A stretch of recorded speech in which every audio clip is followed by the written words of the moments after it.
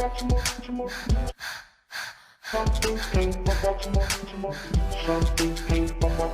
Something Came from Baltimore. I am your host, Tom Gowker, and today we are chatting with musician Frank McComb, the soul singer with a voice similar to Donny Hathaway and at times like Stevie Wonder.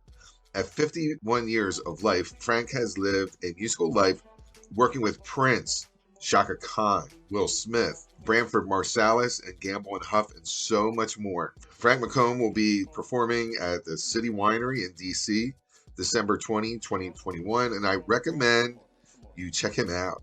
He's an independent soul singer that draws you in, and if you can't get to the City Winery, travel to YouTube and to Spotify, Amazon, all those places, and check out his back catalog.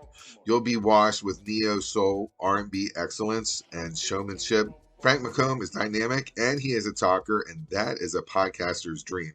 I don't really have to do any heavy lifting in this interview. I just have to hit record and just listen to these amazing stories. In this episode, we'll listen to Frank tell stories about Prince, George Benson, Gerald Levert, Donny Hathaway, and Branford Marsalis, and the group Buckshot Love Funk. But before we get into it, just remember that Something Came from Baltimore is a podcast and a show, and we would love it that you would forward on to your friends, 5 of them, who love music just as much as you do. The full interview is available on Something Came from Baltimore on the YouTube channel. The link is in the show notes. I totally recommend you check that out. Now, let's enjoy the interview with Frank McComb. Yeah, we had to hang up. This is what kids are for. I think it didn't dawn on us that we were still on the phone. No, I can hear you clearly on the phone. Yeah, I can hear you too, but now I really hear you clearly. This Zoom is all right. We didn't know what kids were for until technology, and we realized they come in handy. This is their society, right? Because this is their society, not ours. Yeah. We're I just. tell you, I just told how to do Tinder. The swipe right, swipe left thing. I'm so afraid of it. Man, I'm glad I'm glad in this day and age I don't have to do it. I got a wife of 28 years, 27 years. Yeah, you're almost good. 28. Man. This world is so scary right now. Yeah, it's getting worse. It really is. Jeez. I actually, man, I'm cool. I didn't know that you could do this spooning and cuddling thing, and they charge for it. And I said, I'll take that. I don't want any complication of a relationship. I don't even want sex. Right.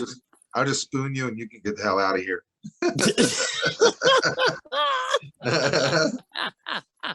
I'll take that. Oh, that's funny. Yeah. Be done with it.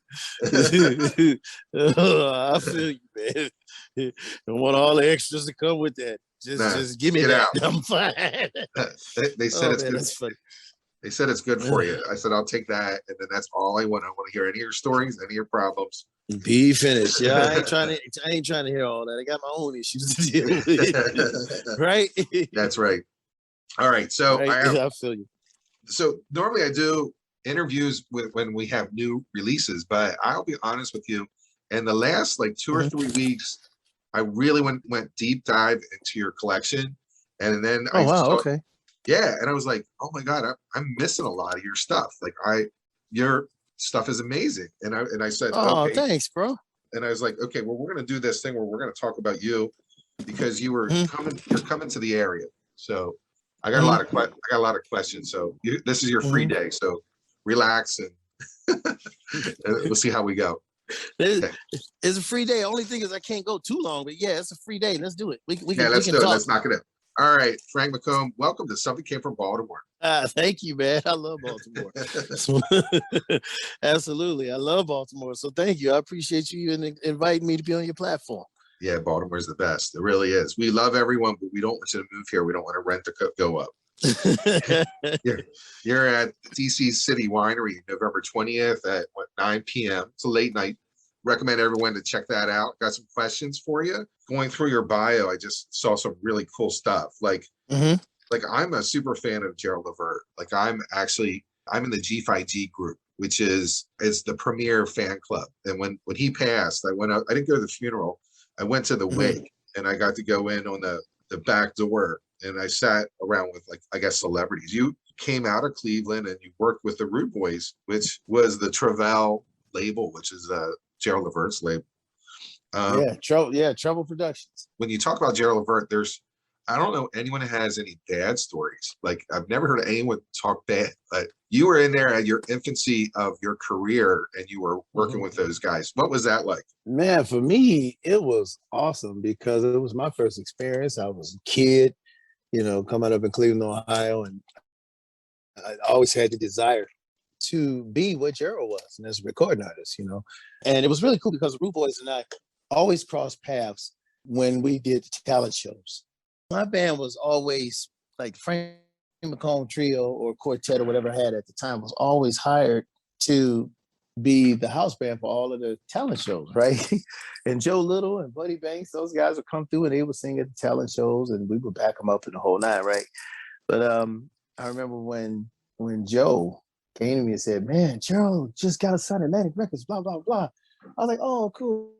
Congratulations," And they hit me up and asked me to be in a band. I'm like, "Well, yeah, I'll be in a band. We can go and have our rehearsals and whatnot as long as I can still play my local gigs, no problem." So then at the time, there was a gentleman, Cliff Colson, who just passed like in the last year or so. He was originally the bass player. And he ended up getting called to go play for the Winans. So we brought in Marty Sims to play bass and they slated me as the MD in Cliff's place. So he was originally supposed to be the MD, but this is before we ever got on the road. So they threw me in the hot seat because they knew I knew how to run a band. And it was a really great experience because it was the first time I'd ever gone on tour. It was pretty cool for a guy who only had 3 piano lessons to be the MD of a group going on the road. How about that? And they came out hot. Yeah, how about that?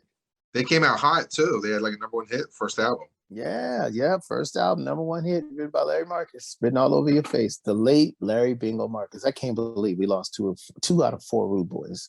We just lost Buddy last year, But yeah, it was a great experience because they were the first to ever take me on out of Cleveland and to take me on the road, So September of '91, I'm 20, turning 21, and turned 21 in July of that year. So, it was a great thing, man. No dependents, no wife, no responsibilities, basically. And if it wasn't for that tour, I wouldn't have met the people that connected me with Jazzy Jeff, if it wasn't for that tour. So that tour actually started my professional career as a musician. Well, let me rephrase that. You become a professional the moment you make your first dollar doing something. So they just took my little professional career that I had just started playing in them clubs and them bars and took it to another level. And I had always wanted to get out of Cleveland and explore and get out there out there in the world and see what it's like out there. And I mean, I knew I was going to leave Cleveland and play music. I had to be about 8 or 9. I knew I was going to leave. But I knew what I wanted to do from the time I was a little child. I would say 3, 4 years old. I knew what I wanted to do for a living. And to be with the Rude Boys, to be with Gerald, to be with the legendary Eddie Levert, it opened up my mind. It was encouraging for me. And it let me know that I could do it too. So after that tour in '91, I was gone. It was great being around them because I saw if they could make it out and they could do it, then I can too. It was encouraging. I know Eddie and Gerald used to tease me all the time in rehearsals because I would never sing. Frank McComb Trio, when I was riding around in Cleveland playing all those bars, I only played. I would never sing. I only played. And Gerald and Eddie would talk about me. I would come to rehearsals a little early and treble, and they would come over and stand near me, just close enough for me to hear them, like a little off in the distance, but just speak loud enough for me to hear them. And Eddie would say to Gerald, "Hey, Gerald." Gerald would say, "Yeah, Pop." Eddie would look at him and say, "See that little fool over there? He don't want to make no money. He won't open up his mouth and sing. He won't open his mouth and sing. He just want to play." So for Eddie to talk about me like that to Gerald Levert, he must have seen something in me too, not just as being a musical director or for the Rude Boys or just playing around Cleveland, Ohio with a quartet or a trio. He even told me when doing a fast forward to God, what year was that? I'm guessing 2013 or something. We were doing a tribute in Atlanta to Curtis Mayfield. Actually, what year did Gerald die? It was that same year, maybe a year later. No, he was like we were doing a tribute to 2006. Curtis Mayfield. So it was a few years after that Eddie and I were actually doing a tribute to Curtis Mayfield for the National Black Arts Festival, and we got to talking about Gerald, and he told me then. He said, "Man, don't you ever get up from the piano. Don't you ever let no company, no manager, no nobody make you get up from the piano and never sit back at that piano and perform, because that's where your magic is." He said, "I'll kill you myself." But we were laughing, of course. he said, that's because so Eddie's believed in me from the time I was a teenager all the way up to the time I became a recording artist, was sharing the bill with him. Still believed in me. Yeah. So it's one of the greatest things, man. It's one of the greatest. And I'm telling you, the Lawrence family was always consistent. You don't find much consistency in this business with people, but they're consistent. They were very consistent. Even Sean. He would be a blueprint for an independent artist today. Like, you have an independent artist like workshop. So we can talk about that. But if you want to compare it to Gerald, even though he was a major artist, he had an independent spirit. He was had side hustles. He had furs, cosmetics. He had his own label. He had that wine that he was promoting. He was doing theater. Like, he was all over the place. Man, Gerald was one who loved to work. And I won't even say work. I mean, the work is great, but labor is another thing. Gerald never labored. Yeah. Gerald worked. He loved to work. So, and if you think about it, if you love what you do, it's never a day's work. So let's just say he loved to play. He loved to play. But Gerald, man, he was a jack of all trades, man. He was. Gerald, he was just very versatile. And if he could do it, if he thought he could do it, he would at least try it. With your master class, like, what is this, a live setting, or is this something like people would pay to get access to like recorded videos? No, FMII, Frank McComb Independent Artists Institute, was basically, and I still do them. I need to do one. I haven't done one in a while, but it's basically like a master class or a college course, actually, just talking about the ins and outs of the business and sharing my own experiences. And I always started them out with people asking questions, because I never want to make it always about me. Let me find out where you are. And, by you asking questions, and then I'll share my experience with it. And then always I try to have a guest artist on. I always let people chime in too, anybody else that's in the class, and not make it all about me. It's about sharing knowledge, sharing information, and sharing my own testimony with people, my own ins and outs in this business. I would do them whenever I was on tour. I would always try to get a day in the venue or someplace before the concert, and some venues will work with me and they'll let me do it the day of the concert, just earlier in the day. And there were perks, if you came to the class, then you were invited to the show, and I will work all of that out with the venue. I like doing them live and in person. And then, there were times where, it's so versatile. There are times where I could actually turn it into a jam session, and people, I invite them to play, and, well, let me hear what you're doing and let me see what I could add to that. You can show me some things. I'm that kind of guy. I'm always willing to learn. But then when COVID hit, I did the master classes online on Zoom, like what we're doing now, but it would be video. And, I could actually talk to these people. I could see who I'm talking to the whole nine. And it was cool doing it that way too. But I like the interaction, the personal interaction in person. It's a much more, what's the word? It's more personable. It's just the way I could put it, best way I could put it, where I can actually sit down as a recording artist and talk to people who's trying to do the same thing. People that are trying to get that knowledge and that wealth of all of that information, that most people have to go through things to get. That's my wealth I'm trying to share with them, because that's not something you could I can't just sit down with Herbie Hancock and be like, yo, tell me everything about, what you've been through. Hey, even though these guys know who I am, Herbie, Stevie, all these guys, you can't the regular Joe Blow cannot just sit down with these guys and they just break off all this knowledge, wisdom, experience, and I'm that guy where I'll sit down and put the artist down and put the teacher on and explain some things to you that I've been through to keep you from going down that same road. Or if somebody share with me what they're going through, let me try to help you get out of that in this class. Or we can all chime in on one person's question. Me, the rest of the people that's in the class, whatever guest artists. I had Mesa once, I had Najee once.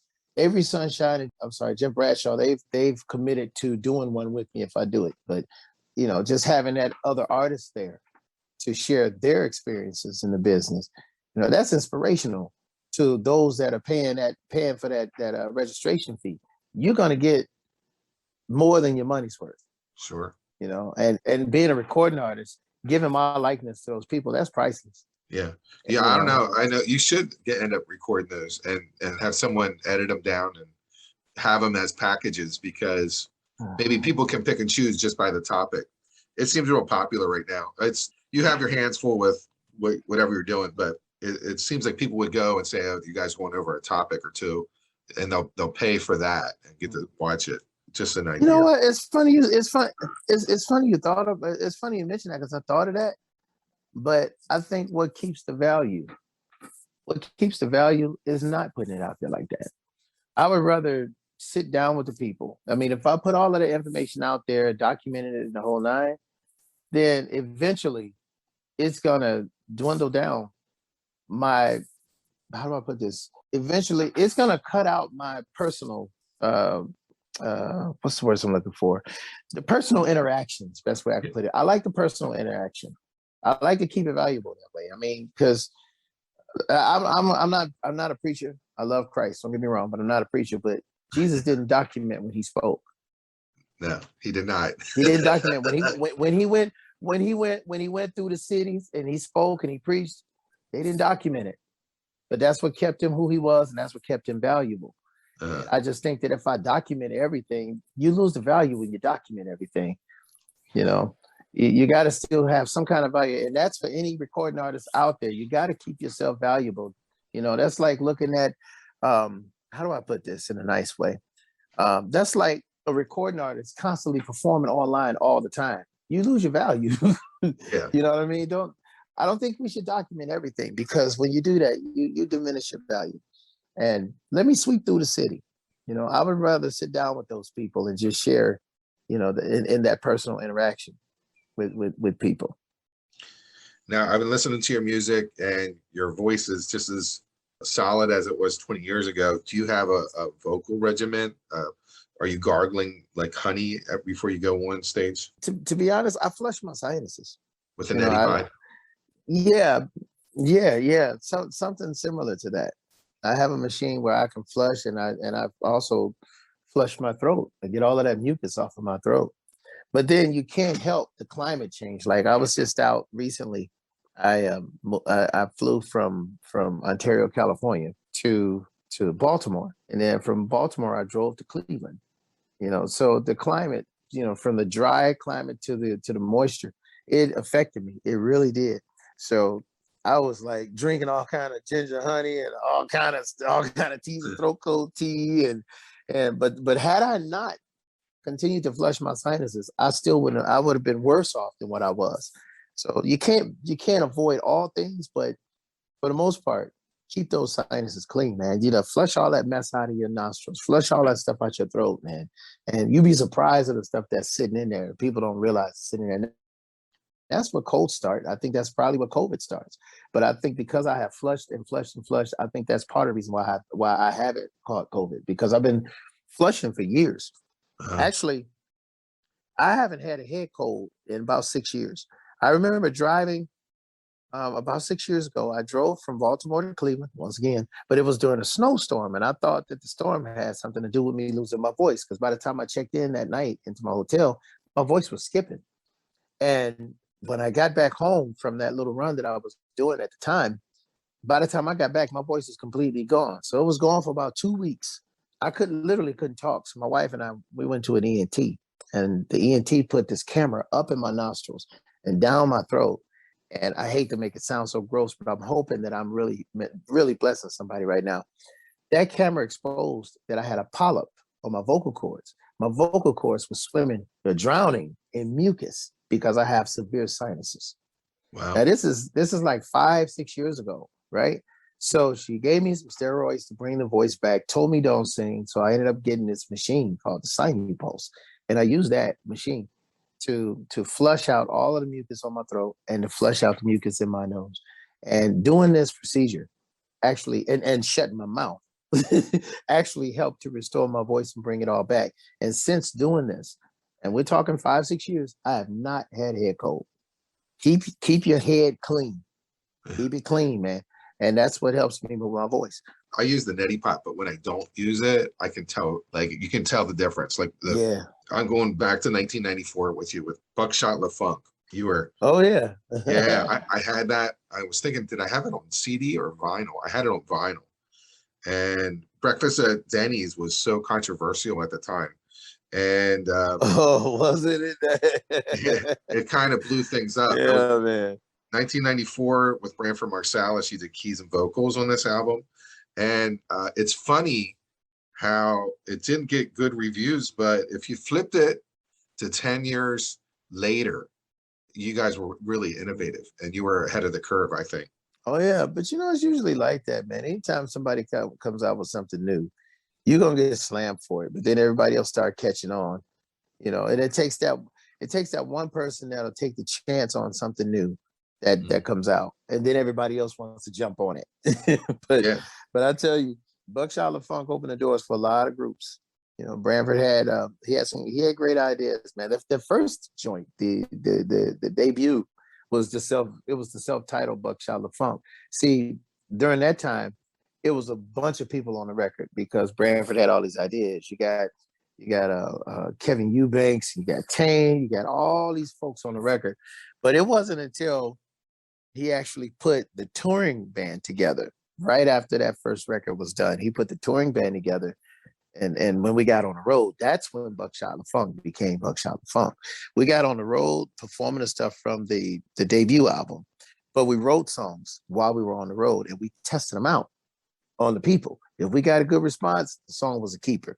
If we got a medium response, then we'll go back and, you know, go back to the drawing board, clean it up. But if we got like barely any response, the song was scrapped. So, you know, Branford he always kept a little studio set up like in the back of the bus. So we were always coming up with ideas. And that's when Music Evolution was born. We wrote a lot of that stuff on the road. And we put it on the Music Evolution album. That's Buckshot LaFunk. So I remember we were touring somewhere in Europe. And I think we were in Finland somewhere. And we get to the venue really early because we had to take this long drive overnight.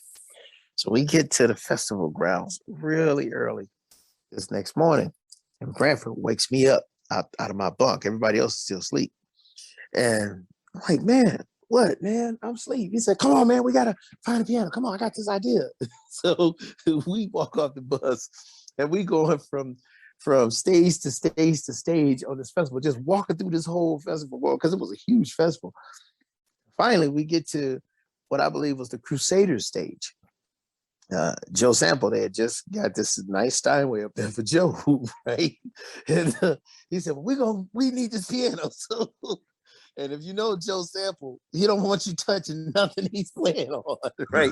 So we go to this Steinway. He starts playing these chords. Dong, dong, just pounding them out. Dong. And then he looks at me and says, another day. Dong, dong. Looks at me again and says, ta-na-na-na-na-na. So I grab his hands from the piano and I'm like, look, Branford, it's too early for this. What the hell is ta-na-na-na-na-na-na? What are we singing here? He said, I don't know, but you gonna help me write it. Before I knew it, we were back in New York before I knew it. And we finished writing that song another day. Come to find out, another day he turned into it was number 5 on the R&B charts and number 1 on the pop charts. Turned out to be a huge hit. And the record company was ready to scrap Buckshot because it was just taking up too much money to keep a big band out there. That song got us on the road for another, I think, year and a half. Wow. Just that one song itself. Yeah. We're going into Donny Hathaway. Your voice is, oh my God, it's like it's a dead ringer sometimes. It's not intentional, but he only had 4 albums. What was your favorite album of his? Do you remember? Really can't say because all of them struck me, you know, from Donny Hathaway Live to Everything Is Everything to, you know, Extension of a Man. They were all great albums. I tell you the one thing I thought was disappointing though, is the music was great, but the one that came out in 1980 after his death, Donny Hathaway in Performance, Great, great music. You know, I think a lot of that music was from the time he toured 71, 72 when he did the first album and they came out in 72. But what I didn't like was the graphics. Donnie, he didn't stand up. Did you see that cover? He didn't stand up and sing. So Donnie was at a Wurlitzer, a grand piano, or a Fender Rhodes. Yeah. But they got this drawing of this guy with a hat on and a button-down shirt with his arm out, standing up with a microphone. And that wasn't Donnie at all. Whoever did that, that was an epic fail. And if you flip the album over, you'll see a picture of Donnie from the same tour in 1971. You know, so I'm like, who packaged this? You know, but the music itself was great. Yeah. His version of Young, Gifted, and Black live opening the album, man, incredible. Yeah. What I loved about him is that the man knew how to sing live. He knew how to play live. Back then, you had to know how to play and sing live. You didn't hide behind auto-tune and all the tricks and gimmicks in the studio. You had to really have talent. You had to be gifted or at least talented, you know, especially to pull it off live. You had to. You had to. Yeah, I believe that his live albums were just really intense. And, you know, he definitely could command just there by the piano. It was like a command performance, but it was just like a Friday for him. You know, it's a Friday or Saturday. You know, right. Singing his heart out. Right. You know, right. You're right. Tell you something. I have some audio that was sent to me from one of Donnie's friends where Donnie was sitting at a Wurlitzer just going through tunes and, you know, just showing this guy the tunes that he had in his head that he was working on and he was writing and wanted to finish eventually. And this had to be somewhere around 73. It had to be around 73, 74. And his voice was just incredible, just with an open tape recorder recording what they're talking about and singing about. He's like, I'm not trying to perform it, but you know, this is how I go. And he's killing the stuff. And he's just sitting at a Wurlitzer in a room with, I can't mention names though, but he was just sitting in a room with this guy and just playing the stuff, you know, just playing tunes. And, you know, I'm privileged to even have the recording because when I did my album, Live at the Bitter End, remembering Donny Hathaway, a lot of his friends reached out to me for whatever reason when they found out that I was doing the album. So it was such an honor to hear from those guys. And to have this album endorsed by George Benson, that really blew me away. People have been asking me to do a tribute album to Donnie for like years, like at least a decade. And I wouldn't do it. You know, I just wouldn't do it because I just felt, okay, I don't want the comparisons. I don't want people telling me, you know, he didn't do it this way. You know, those people are cruel. He didn't sing it like that. I didn't want to hear all that. So, but then I was asked by the Bitter End if I would do a live record, which is the same place Hathaway did his record in 71. And, recorded in 71, released in 72, the Donny Hathaway live album. And Roy Ayers told me, when New York and Hollywood call you, never tell them no, because they may never call you back. So I told him, I said, yeah, I'll do a record here. I'll do a record. I remember what Roy said. Roy said when they called him about doing the soundtrack to Coffee, you know, can you do the soundtrack? And he was like, yeah, I can do the soundtrack. Roy told me, he said, man, I didn't know the first thing about a soundtrack, but I made it work. See, he said, so if they ever call you, you better make it work. And that was the time. They ended up calling. I didn't know they were going to call me and ask me. So I said, yeah, I'll do this record. I got back to my hotel room and I said, how in the world am I going to do this record? Man, Roy, God. So a couple weeks go by and I end up having a conversation with Benson.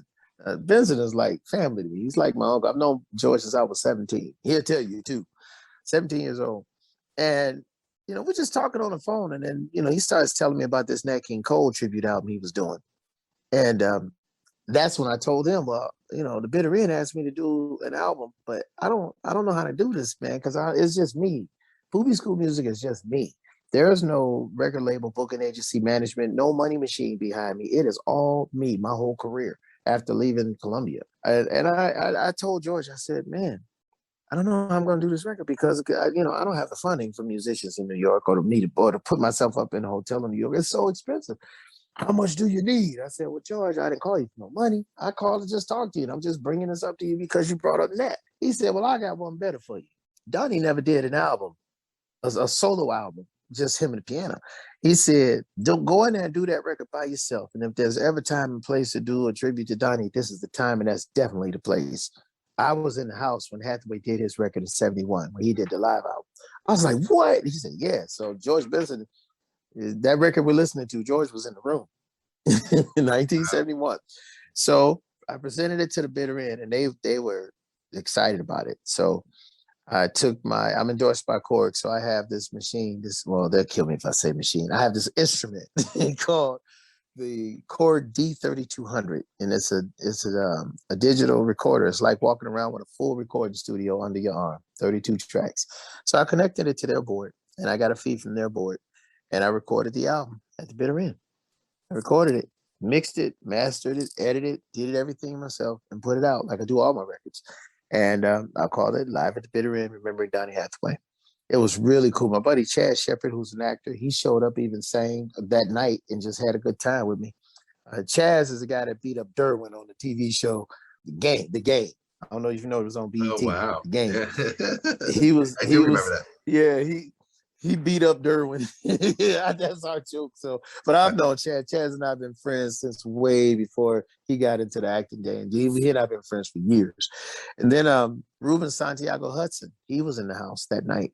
He came through and hung out that whole night. His son plays percussion for me out of Atlanta. So really cool brother, man. So it was, I had a music teacher from Cleveland School of the Arts when I was just a teenager going to this magnet school for the gifted and talented. He lives in New York, so he came and blew that night. So, but all of that wasn't on the record, but it was all in fun. It was just a great night, man. And I'm glad I listened to George and put it out. I'm glad I did. Like George said, Hathaway never did a solo album, just him and the piano, So I did it, and I own the copyright. So I'm happy. I'm happy I did it. Last year, during the whole COVID time period, you dropped a lot of material. Some housekeeping. When March 14th, 2020, you had 20 Years of Love. It's like a greatest hits live album. That's actually 20 Years of Love Stories. It's actually in celebration of my first album, my debut album for Columbia Records is Love Stories. So what I did was I wanted to celebrate 20 years of that album being released. So I went to Houston, Texas, and I recorded pretty much the whole record, but just piano in front of an audience. It was crazy, man, because I don't feel that's my best work. I really don't. A lot of people that were there and a lot of people that listen to it still say they love it. But I'm just going to come off the cuff. I don't feel that was my best work because it was so hard to hear. The way the room was set up, the way it was, the way we had to do it, I didn't have a monitor. So I couldn't gauge my vocals, my pitch, against the piano. So it gave me a bit of anxiety. And I hear that anxiety. But I'm glad that the people like the record. And it's not to shoot my own self down, but sometimes we can be our own worst critics. I'm just a realist, though, when it comes to me. Yeah, I'm a realist. I know when it ain't good. I know when it's decent, but I know when it's great. So that was in March, but then in August, August 12th is demos from Love Story. It's 1997. That was better. That project makes me proud because those recordings were done before Love Stories was even thought of. Those recordings, man, I was just at home. Just got some new gear from the Guitar Center in LA. And I just started writing songs and just recording them. I was practicing recording my own music because I was kind of forced into doing it. I would do demos for what I thought were friends of mine. They were producers and different guys. I would go and do demos for them back in the 90s. And when they needed songs demoed, they would call me and they would pay me like $100 here, $50 there. And I was just doing it as favors for them. And they would say, man, if you ever have ideas, come on to the studio and we can get your ideas cut, get your songs cut. And I'm like, all right, cool. So when I started cashing in on that favor, they started giving me the drama. They're like, no, I got Usher coming in this week. I got Genuine coming in this week. Oh, no, I got Monica coming in this week. So I'm like, oh, okay. It's like that. So I ended up signing a little publishing deal. And in the deal, I was able to get some gear. So when I got that gear, I just started writing and recording on my own. I started practicing my own recordings.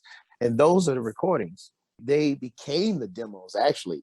I just wrote the songs like Future Love, Love Natural, Keep Pushing On. All of that stuff was just demoed. And I figured I own it. Let me put it out for the people that really love that album, Love Stories. So, and then there was Keep Pushing On and Gotta Find a Way. The original recordings, those were the original recordings of those two tunes. They were cut at a touch of jazz. Jazzy Jeff, DJ Jazzy Jeff opened his doors for me to come in and use some of his guys to just demo those songs. So it was a combination of the tunes that I recorded at Jeff's place and the majority of the other tunes were me actually recording on my own.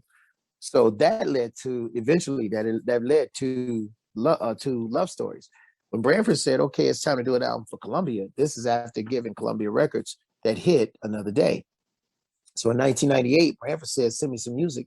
I sent all of those songs that you hear on that 96, 97 demo to Branford. So what Branford did was he transcribed everything. He wrote out all the sheet music to every one of those songs. And we grabbed some of the guys from Buckshot LaFunk. We went in the studio and we cut all those tunes. Future Love, Love Natural, Gotta Find a Way, the wedding song. They're going to be looking at you, Return to Lake Erie, all of those tunes. And, you know, Branford was touring with a trio at the time. So we would take 3 days here out of the week, take a week out of the month. And, you know, and once we recorded the whole thing and put all of that time together, Love Stories literally took 26 days for tracking, cutting my vocals, mixing, mastering, editing, everything. 26 days once you add the days up. It was in separate times, but when we add the days up, because we did our homework and because I had those demos cut so well, well enough for them to pretty much imitate, it only took 26 days to make that record. Now, those demos are really polished. That led, thank you. Yeah, that was all me. And it was raw, man. It was raw. I did a little bit of mastering to them so everything could kind of fit, you know, and kind of match sonically and put it out because I could do that. I own my own music, I own my own masters, and I own my own little imprint that's strictly for me. And that led to me eventually going independent in 03 after dealing with Columbia. Well, prior to Columbia, it was Motown, never got a record out. Just a couple Christmas tunes and something on the Meteor Man soundtrack, but never a Frank McComb album. It was recorded, but it was bootleg years later. And then from Motown to Columbia, from Columbia to Malibu Sessions, I don't even talk about them because even bad press is good press for them. I won't go there. So, but I got to the point where in my life where I didn't want to chase labels for a career. Major black label Motown, major white label Columbia, and any label that I'm the only one on the roster and nobody can get it right. It was all politics. So it was then after watching somebody bootleg the record I did for Motown that was never released for a lot of money, man. It was $50 as a CDR in the UK. I said, okay, after seeing this, it's time for me to do it myself. So in 2004, I recorded Straight from the Vault all by myself. Nobody else is on the record but me. And I did it raw because because the record that was bootleg was raw. So I figured, why should I polish it? If they'll buy it from the thief, why can't they buy my music directly from me?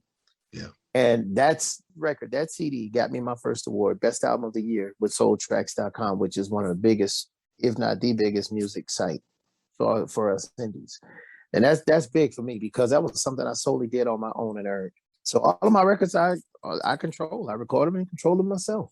And we're finishing off with something that just came out with a duet with Kathy Cossins. Yeah. Must Be Dreaming. Yeah. I Must Be Dreaming. Yes, sir. Came out October 14th, 2021. And came out on my son's birthday. Did you write that song or did she come to you with that song? No, actually what happened was my buddy Keith Knox, the writer actually for Soul Tracks, and he was doing a write-up for Kathy, doing an interview with her for a write-up for something that she has out prior to this. She said that she would like to work with Frank McComb, because he mentioned her to me. So, and she was like, yeah, I remember Frank from a long time ago. We met in Germany somewhere. I'm trying to remember when, because when you move around a lot, it's kind of hard to remember everything. But Keith put us in touch. And she said she was working on an album. And I said, cool. You know, I've got a few things. I can send you something. And I sent this track.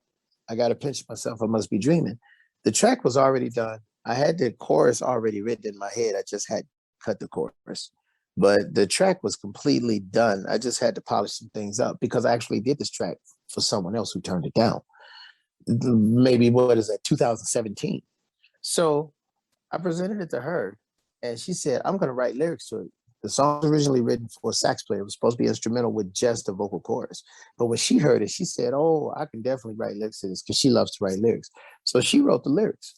And I cut my vocal parts right here in LA. She cut her vocal parts in Detroit and had her engineer send them to me. Now, that's what I love about technology. We don't have to be in the same room to make a hit song. And the song's a hit. It's climbing the charts right now, the indie charts. We didn't have to be in the same room to do it. But because God has blessed me to be so versatile, just like Gerald Levert, I can record the records. I can write them, record them, mix them, edit them, master them, the whole nine myself, and put out my own music. I don't have to depend on anybody thanks to those producers. So I was able to get this single done in no time flat and get it out. So she's happy with it. I'm happy with it. And radio must be happy with it because they're spinning it like crazy. And yeah. I'm happy. I'm happy for it. I mean, it's a great feeling, man, when you can do all the work yourself, not have to depend on nobody, and people love it. It's one of the greatest feelings in the world, man. When people come to your show and sing your songs back to you, that's a hit song. It's not always about the song being on radio and getting to the top of the charts. That's a hit too. But what people fail to realize is that another way of identifying a hit song is when you can go and play your songs in concert and people sing them back to you. That is a hit. How you know, Frank? Because I don't get my stuff on mainstream radio. My stuff's not played on mainstream radio, just keeping it real. And I play concerts, and there are songs that people, even when I do Hathaway tributes live, there are songs that people still call out by Frank McComb that they want to hear. Left Alone, Love Natural, Future Love, The Wedding Song. Just many of my tunes, Never Letting Go, Cupid's Arrow. I'm calling out, I mean, without even stuttering or thinking of it, these are songs that people call out that they want to hear me sing, that if I had the mainstream push on these tunes, they would have gone through the roof. Definitely. But I don't let that cater to my mentality, though. Yeah. You were at a time period where the labels wanted hits, but they didn't want to do anything to promote them. You're kind of in that neo-soul bucket, but at the same time, they didn't cultivate it because people weren't making hits off of it like right away. You have to hit right out the gate before they would even consider doing anything else. The soul labels themselves just kept on pinching and pinching and pinching. Each album was with less and less funding for them and promotion. Yeah. They really did a disservice to the whole industry. They could have continued to thrive. They have so many artists that, right around that time period that are amazing. You know why I think, and you're absolutely right, man, because you know what I think caused it is that the hunger, I won't even say the hunger, the drive for going out looking for talent disappeared. They stopped looking for talent, man. They wanted it easy. Artists had to start coming to the labels with their projects done. There was no work put in. Back in the 70s, 60s, they went out and scouted for talent scouts. They found the talent. I have to give it to Steve McKeever. Steve McKeever, a lot of people don't know, the same gentleman that signed Jill Scott to Hidden Beach Records signed me to Mojazz 10 years earlier. So just roughly, I'm just throwing out there being funny. But yeah, he found me in Philadelphia working for Gamble and Huff. I was doing session work in Philadelphia for Kenny Gamble and Leon Huff. And he came to Philadelphia International to meet me because he heard about me. They don't do that no more. No. And if it wasn't for Steve signing me to Motown, I don't think my career as an artist would have began, as a recording artist. So I owe that to Steve McKeever. I owe that to him. And I'm here today because I didn't quit. Even after leaving Motown, he and the late Gerald Busby gave me my walking papers because they were bought out by Polygram, Motown was, for a lot of money. And little guys like me were forgotten about. So I had been there, I think, for 3 years with nothing to show for it. So they asked me, what would you like to do? It's unfair to you. Gerald Busby. And that's unheard of with a record label. So yeah, that's unheard of. I remember having a conversation with Leon Silvers, and Leon told me how MGM Records had them locked up in the 60s because they just didn't want nobody else to have them. Well, Gerald Busby and Steve McKeever were gracious enough to give me my walking papers just because I said, nah, just let me find my way as an artist somewhere else, man. I'm not getting no love here. Let me go. And they let me go. So, but I think those days of scouting for talent is gone. Those days are gone, man, long gone. So I'm cool with being independent until I can find the right label, or until the right label finds me that I can get married to. Until then, I'm gonna stay single. And it's not that I have it in for labels. It's not that I hate labels. I just haven't found one that'll give me my creativity. I've already set the groundwork. I got a fan base. I've got a catalog that I own. I've already set the foundation. Just bring me the funding so we can take it to the next level, and you can get a piece too. I don't have a problem with that. I'm just looking for good business. I'm looking for good. I don't care. I don't give a damn what label it is. It could be gum on my shoe. If you come in with good business, I'm down with you. It's just that simple. It's about the business. Yeah. Well, let's hope that happens. Or if it doesn't, you're still good. Movie school is still cool. You know, I like make it work. I've been making it work all these years. I like your clothing line. Is your wife involved in that? Because I had her name on it. You have clothes? My clothes? No. Actually, movie school was my daughter. What happened was I was looking for a name to clear at the county recorder's office, and every name. Now we're talking mid 90s. My daughter's Mari. She was born in 95. So by 90, 95, So around, like, she was just starting to crawl, and she's our firstborn. Now, I have my daughter and my son. He came after her. But my daughter she was our toy. Like, you're a new parent and you're really into being a parent. That child is like a toy to you. Everything that she did fascinated us, right? So during this time, I'm looking for a name that I can own. So I go to the county recorder's office with all these names, and the lady there, she was so old she could have shaken hands with Moses once or twice, so she knew names, man. But she was the coolest old lady, man. And she's like, "No, baby, that name belongs to somebody else. No, that's not gonna clear." Right? So I'm frustrated after 2 or 3 trips, right? So go back to my daughter. My daughter's starting to crawl. And she got excited to see her mama. So when she started crawling, she crawled to my wife, and my wife lost her mind. She said, "Oh, look at little Booby Scoot. Oh my God, look at little Booby Scoot." She called it Booby Scoot. I said, "There's my name." I wrote it down just the way it sounds. BOOBEESCOOT. Boo Bee Scoot. Right? Boo like Halloween. Bee like Bumblebee. And scoot on your butt, and I took that name to that lady, and I was confident, boy. I took that name to her. I said, "Now let me see you turn this down."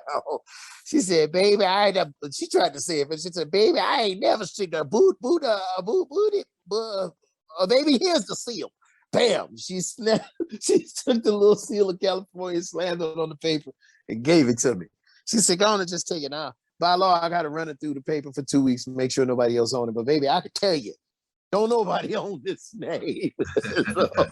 So that's how I got the name Booby Scoot. So a lot of people have been asking me how to get my hats, so I figured, let me just go on and set it up. So, when COVID hit, I said, okay, let me be creative now with the marketing, because you got to make another form of income, being a businessman, right? So my Booby Scoot logo and my FM logo, I took them to someone I met through a mutual friend, 3104 Customs, and they do it. And they do all of my merchandise, Booby Scoot and FM.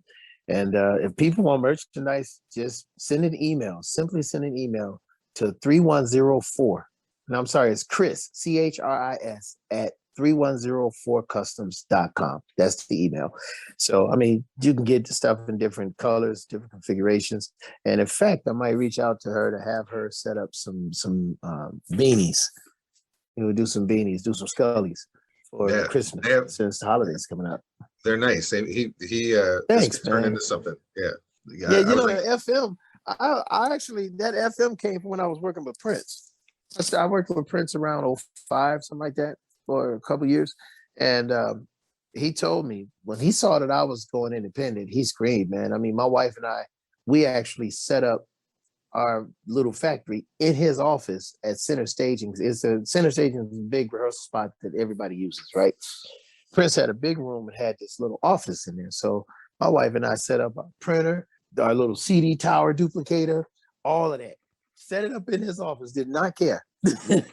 So while I'm rehearsing with the band, Nisa is in the office packaging the CDs.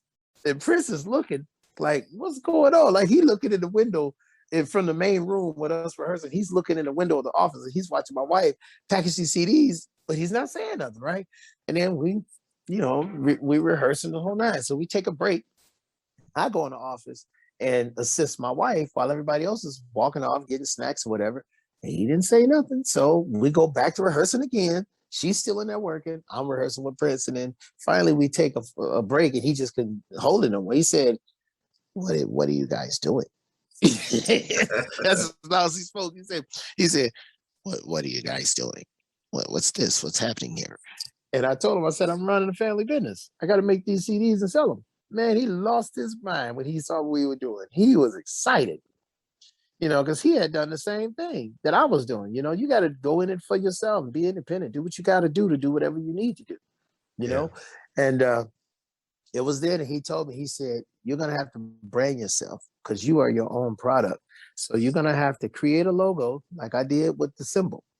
You're going to have to create a logo and push that logo to the point where people see that logo and know it's you without even seeing your name. Be damned if he wasn't right. Because think about it. Every soda has a logo. Everything has a logo. Sharp, Quasar, Sunbeam, Amazon, Apple, everything's got a logo. And the moment you sign to a record label, you are that label's product. And that label becomes your bank. So he said to me, you're going to have to create a logo for yourself. And I wrote that FM at least 1,000 times till I found the right one. And that's been my logo since 2004, 2005, somewhere around that time. Yep. And everybody knows me for that logo, for both of those logos, Booby School Music and that FM, thanks to Prince. I learned so much hanging out with Prince. It's crazy. Was he independent at that time? Like he didn't do his... Oh yeah. Oh, Prince was independent, but see what Prince did was he was smart. What Prince did was he would do a record, but he would only give it to a label for a year. So he said, if a label can't do what needs to be done in a year, leave them, get out of there because they have the money. So he was schooling me on things, and he would just do like one album deals, but he controlled everything. Yeah. Yeah. When he did MPG, he just got distribution, and then when he did work with a label, he only gave me a year. He didn't tell me to do anything that he didn't do for himself. Wow. Me and that guy got along so good because I related to his independent struggle. He definitely related to mine. And he could never tire me out as a musician. A lot of musicians play with Prince and he wears them out, but they get to complaining or whatnot. Don't take the gig. Don't complain. I never complained. Never once complained because I remember being a kid playing in those bars of Cleveland, Ohio, starting the gig at 9 o'clock and not getting out till 2 a.m. I was already conditioned. We would start a gig at 12 and don't get out till 7 the next morning. And we would just have fun all night. Oh yeah. Those 3121 parties were lit. And the food was good. Prince did nothing small to be a little guy. He did nothing small. Everything was big and everything was on point. Everything. People are now like recounting, their experience with him. I think that, and everyone has really positive, other than Sinead O'Connor, every single person has a really great story about Prince. Let's just put it this way. Prince was Prince. He was Prince. He wasn't going to tell him what to do. And the more you treated him like a person, at least from my experience, the more you treated him like a person, the more he respected you. If you came to him as a fan, you didn't get that same respect because he knew there was a motive. Yeah. So the Prince I knew was a realist. He was just straight up. He was just a realist, man. And I relate to him because I'm a realist. I don't like that sugarcoating. Don't sugarcoat me, man, because then that means you don't have enough respect for me to tell me I got a booger in my nose. You know what I'm saying? And I don't mean to come crazy, but it's the truth. A real friend tell you when you got a booger in your nose, you got crud in your eye, you got food on your lip from where you're eating. Don't let me sit there and look stupid. I got tissue on my shoe.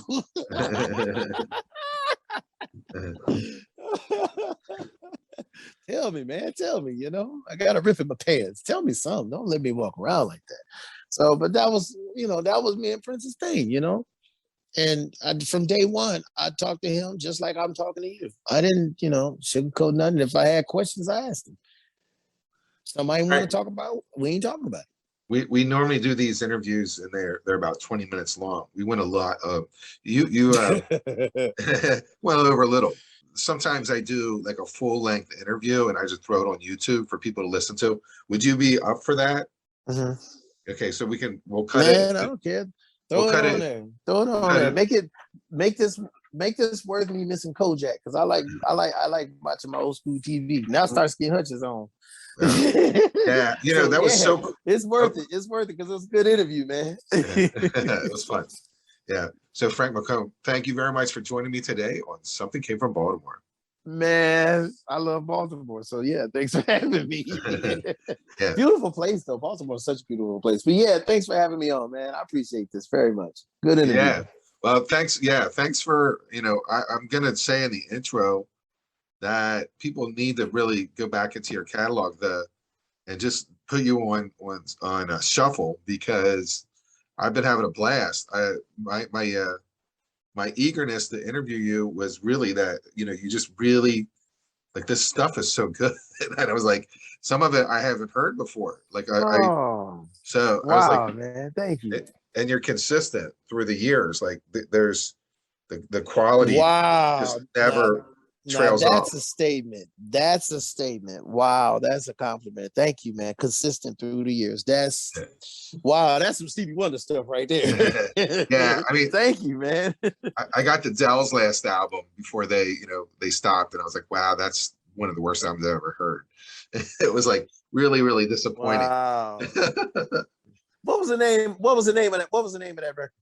Oh, gee, I don't know. I'd have to. You said by the Dells. The Dells, yeah. Yeah, I played on one of their albums when I was with Gamble Enough. I sure did. Yeah, way before that. Yeah, it's funny. I just saw. Yeah, man. It was this. Oh, say it again. You're breaking up. I just saw Kenny Gamble in Philly, and I had a Stax shirt on, and he looked at me. I looked at him, and I said, I'll trade this for a Philly International one if you have one in your car. He's like, he just laughed. He goes, I don't have one. I left him alone. Man. He redeveloped the whole area of Philadelphia, and I was in the neighborhood. Oh yeah. And I was shocked that he was actually patrolling it, I guess for quality or something. I don't know what he was doing, but I got to talk to him. I'm gonna tell you, man, Mr. Gamble was always hands-on. Mr. Gamble inspired me. I watched him. He would pay us every Saturday. And I watched Gams. You can edit this and put this in the interview if you want. I watched Mr. Gamble sign every check that he paid us. And that really impressed me. To be the man of his caliber, and he paid the whole staff, all the musicians, everybody by hand with that check, with the check by his hand. Yes, he did. And it hurt me so bad to see that empty lot that they tore that building down. I'm sure they got some housing projects there or something by now, but I had to go back and visit the site. They tore the building down. Yeah, that was the building. That's the building I was actually, as they say, quote unquote, discovered in. I was discovered right there on the corner of Broad and Spruce, and I used to live on the opposite end, 13th and Spruce. So I used to walk right, literally right up the street to the building to work every day, and they had me on payroll as a session musician. So anytime they needed me, I would just walk up the street. But I would spend every day up there just because it was Philly International, a label that I grew up listening to, grew up studying the music to, and just listening to the music of all those acts that came out of there. Between that and Sigma Sound, they got me set up to do sessions there as a kid. So actually, the song that I did on the Media Man soundtrack for Robert Townsend is called "Somebody Cares for You." The first thing that was ever released on Frank McComb. And it's me featuring the Rude Boys. And me and a couple of the Rude Boys wrote it. And it was recorded right there, Sigma Sound Studios, right in Philadelphia. Man, I tell you, the history, just so much history in those buildings. And my own personal history at Gamble and Huff's place, Philly International, man. I stood there and cried. Man. Just looking at that empty lot, I stood there and just cried, man. It's like, damn. They're not going to build this building back. It's gone. All that history is gone. But they did what they had to do, Presently, whatever that is. But they did it. They're scaling up a high rise with parking and stuff. It's going to be one of the biggest buildings in the city. They're still doing it. Wow. On that corner? right on that I corner. gotta go back to Philly and see. Yeah. Wow. It's really good. Well, it's just, people want to live in that city, and they can keep on like tearing stuff down and rebuilding, and people will still want to hang there. There's no grocery shopping or anything, but they still want to be there. Wow. Well, I'm gonna make my way back to Philly for a show, and then make my way over to the corner of Broad and Spruce and see what's there. Yeah. Because I have a lot of memories, a lot of great memories in that building. I'm glad I got pictures of it. I got pictures of Philly International, and I got pictures from being inside of that building, doing recordings and things. They could have easily turned that into a museum, like Motown. Well, I think the ground level was a museum. Like you could still see the Trident board, the mixing board, the Trident board that they did all of that session work with. Man, that board was up there upstairs when I was recording with them. That same board that they cut all of them hit songs with, with the OJs and Harold Melvin, Blue Nose, and all those guys. That same board is what they were recording on when I was there working with them in the early 90s. It was 91. And then next thing I knew, that board was on the ground level or something. I think they turned it into a museum temporarily, downstairs. But then I heard there was a fire in the building, and just, you would think they would have done that, like made that a museum like the Motown building, that house. Exactly. But I don't know, maybe, I don't know. People do what they need to do. So, but I'm glad I have that history. Are you on the West Coast? Yeah, I'm in Los Angeles. Oh, okay. All right. I'm always in Baltimore though. That's like my second home. I fly to BWI all the time. Whenever I got to do something in DC, in that whole area, I fly into Baltimore. Much cheaper than flying in the other airports. Yeah, but BWI is where it's at. It's the best airport on the East Coast. You get in and out, no problem, no stress. Mm-hmm. Yeah. No issues. That's why that's the main reason why I like flying into BWI. No issues at all. My gear, my luggage, nothing's ever missing. Yeah. Never missing when flying into BWI. That I can say, thank God for that. Hopefully that never changes. But yeah, it's a really easy airport to navigate and get through. Now Atlanta, woo! That's stressful. You gotta take a train to get it. You gotta take the tram to get everywhere. It's hard. You have to drive to Reagan Airport. That's the same deal in DC area. That's a mess. Yeah. I can't fool with DC, man. Too many issues flying in and out of DC. But BWI, just no issues. Even Todd Barker at Keystone Corner, where I just recently played, he said the same thing. Deal with BWI. Just if you can deal with BWI, it's just so much easier. So yeah, man, I tell you. But this was a great interview, man. I appreciate the platform, and I appreciate you even thinking enough of me to reach out and do this. This is good. My honor. This was a blast. So I thank you for giving me your time. If I don't pick on you, that means I don't like you, and everybody that know me know that. So we're gonna make sure this gets out before your next show. So and you know what? I want you to text me closer to the time and remind me. I want to put you on the guest list. Come down and come shake my hand. Put you on the list +1. Yeah. Excellent. Yeah, put you on the guest list +1. So you gotta come and shake my hand, bro. You got it. It's a deal. I'm gonna be buying one of those hats. Actually, the only way to get them is to order them. Really? That's the only thing. See, I got one of those. Yeah, you gotta order them.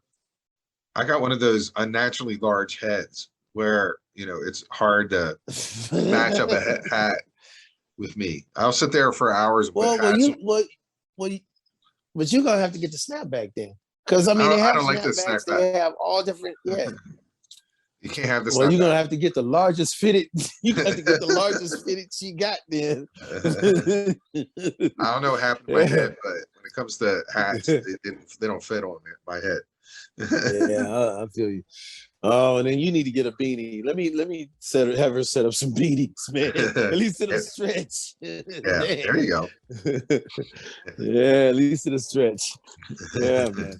Well, be in touch, man. Be in touch. All right. I'm around. Thanks a lot. If you got any more questions, and you get any other questions, just hit me and we'll get them answered. You got it. All right. Thanks for the conversation. I appreciate it. All right. All good. Be in touch. All right. Bye-bye. You too. Take care, bro. Thank you, Frank McComb, for joining me today on Something Came from Baltimore. Check out his back catalog. It's a breath of fresh air. It's real music, real singing, and he's the real deal. Remember to subscribe to Something Came from Baltimore, then flip to 5 people who love music just as much as we do. We want you all to be a part of that Be More Music scene.